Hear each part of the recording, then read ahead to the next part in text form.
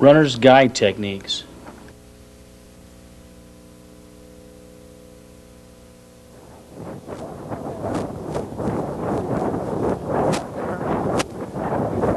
Runner's guide techniques.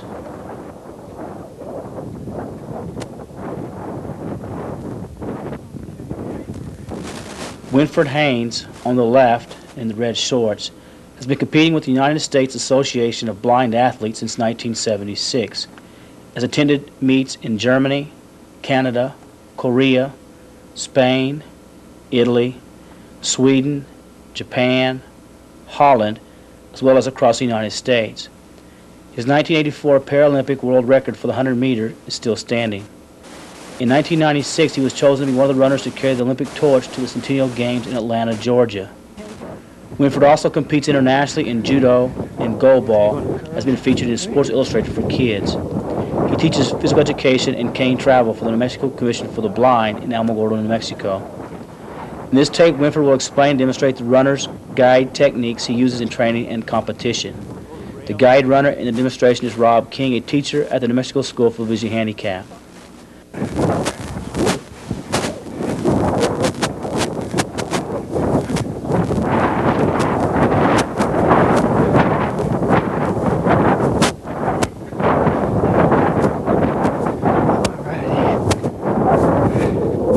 Okay, the three different running methods right now that we just demonstrated. The guide with the guide holding onto your arm. You want to have your hand in a cupped position, and what we do is have them taking them on the elbow, just below the elbow, or even sometimes right up on the bicep of the arm. Okay, in this way, if the guide runners are holding onto your arm, you've got that freedom to move your arm without having to get out of rhythm or whatever. If when they do take your arm and you come from a standing start, if you are like I start with my left foot forward, right foot back. I want his right foot forward, his left foot back. That way when I take a step with my right foot, he takes a step with his left, we're in sync. So we're always in sync like that. The good thing about this method is if for whatever reason we get out of sync, he can let go, and then I can get my rhythm going, and then he can reach in and touch me. And that's going to help me keep straight. The other things that we do when we're doing this guide method is once you get on the straightaway and you're really comfortable with your guide, when we hit the straightaway, he says straight. We take about 2 strides. The guide will sometimes let go and basically just run beside you. And once in a while, he'll reach in and touch your arm or your waist to let you know that he's there. Okay, otherwise you can hear him running next to you. If you drift away from the guide, he's just going to tap you on the elbow. If you drift towards him, he's just going to open his hand and kind of touch you on the waist. And that helps you just to move side to side. And to me it seems that the faster you go, the smoother the movement is, because it's a very subtle touch. Okay, so to me that's a real good method. I really like using this method. Again, if you get out of sync, he can let go of you, you can get your rhythm back, and he can just tap you lightly on the arm, and you'll know where he is all the time. Okay? In using the tether method, pretty much the same thing. I like to, once I get the tether in my hand, and he has it, yeah, this end's good. I'll usually put it on my wrist at a certain tightness. Sometimes if I feel like it's too long, I'll wrap it in my hand so I can feel comfortable, and it's a little bit, taut is the word I guess I'm looking for, so that we're still running the same rhythm. If we get out of rhythm again, a lot of times what I will do then is I'll just unravel it. So now that there's slack in that tether. Once you get really good with running with a guide that you run with all the time, this this won't happen. You'll pretty much always be in sync. So the tether will just be moving up and down as one. Okay, that's what, in all the guiding methods that we use, the guide runner, when he's touching the elbow, he's always going to be a half step behind you. If he gets in front of you, for you guide runners that are training to do this, word of caution with everything that when you're guiding. If you are really in front of, even with the runner, and you're pulling his arm, what's going to happen is going to change his mechanics. So it's going to turn his body sideways. He's going to be trying to overstride with his left side, whichever side you're guiding on. He's going to try and overstride with the other side, and it's going to mess up his rhythm. When you feel that you're getting too fast for him, again, that's when you'll have to let go. With a tether, you've got to also be careful to stay even with him or a little bit behind your runner. If you get anywhere in front in international competition, they will allow some, like a coincidental getting in front when you're going around curves and things, but especially for the last, say, 150 meters, you must definitely be behind them so that they cross the finish line first. If the guide crosses the line first, then you get DQ'd. You may have a world's record and now you're sitting without one.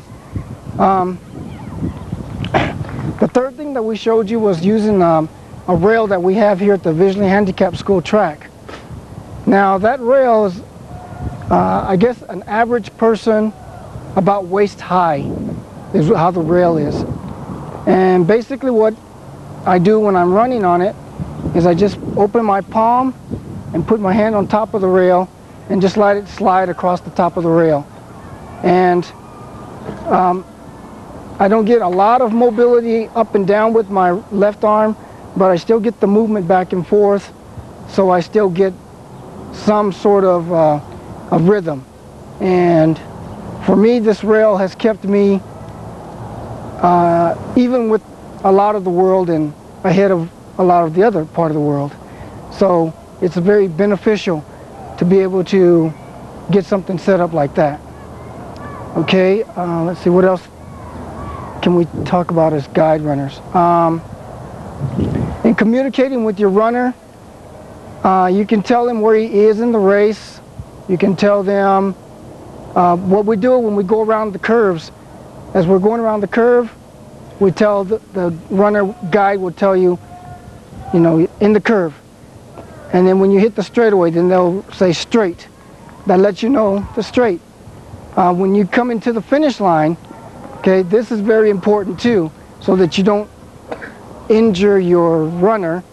And that is, when you cross the finish line, you say finished or ease up, something like that. But don't ever yell stop, because they slam on the brakes like it's something right immediately in front of them. So you've got to let them know that you finished or ease up, and that'll let them slow down real slow. Okay, now you want to take that and let me show you something here. Okay, when I'm getting set to run one of my races, what I like to do is I'm gonna get on this other side of you. What I like for my guide runner to do is, if the line, wherever the line is, I like for him to put his foot on the line and I nudge my toe up to the line. Okay, and after I've nudged my toe to the line, then what I like for him to do, and again, guide runners, this is something that, and coaches, that I'm going to emphasize is, this is the runner, let him set things the way he needs to set them. To point down the track to find out whether he's straight or not, you can stand right behind them and let him point with both hands, and you can correct them by telling a little bit left or a little bit right. Okay? Try to get in the habit of not doing the pointing for them, okay? So that they have their own body to reference from. It's easier for them to reference than for you to do it for them. It's very important also when setting blocks that you teach your people how to set those blocks. So when they go up to a race, if you're busy with another athlete somewhere else, they know how to set those blocks. So they're dependent on themselves. And that means all ages. I'm very strong about that.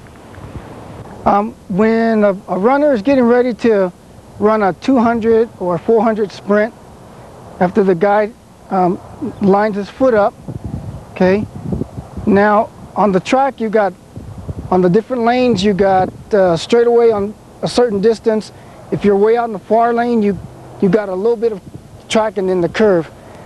So you need to kind of point your finger, your hands, about where the peak of the curve is, so you know about where to turn. And then the guide runner can help you line up where it is. So To the right?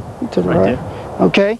And this way you can know how far you need to go straight and then start turning. Okay. So those are the things that I do when I'm getting ready to run my 200 and 400. Okay. Again, when I'm setting my blocks, he puts my foot on the line. Okay. And then I'm going to take the blocks and I'm going to set it, for me, right behind my foot. So it's about a foot from the line. Okay. And is that straight for me? Okay. And then after that, I set the blocks in the appropriate position that I need so that I can get into the blocks. Okay. Once I get in the blocks,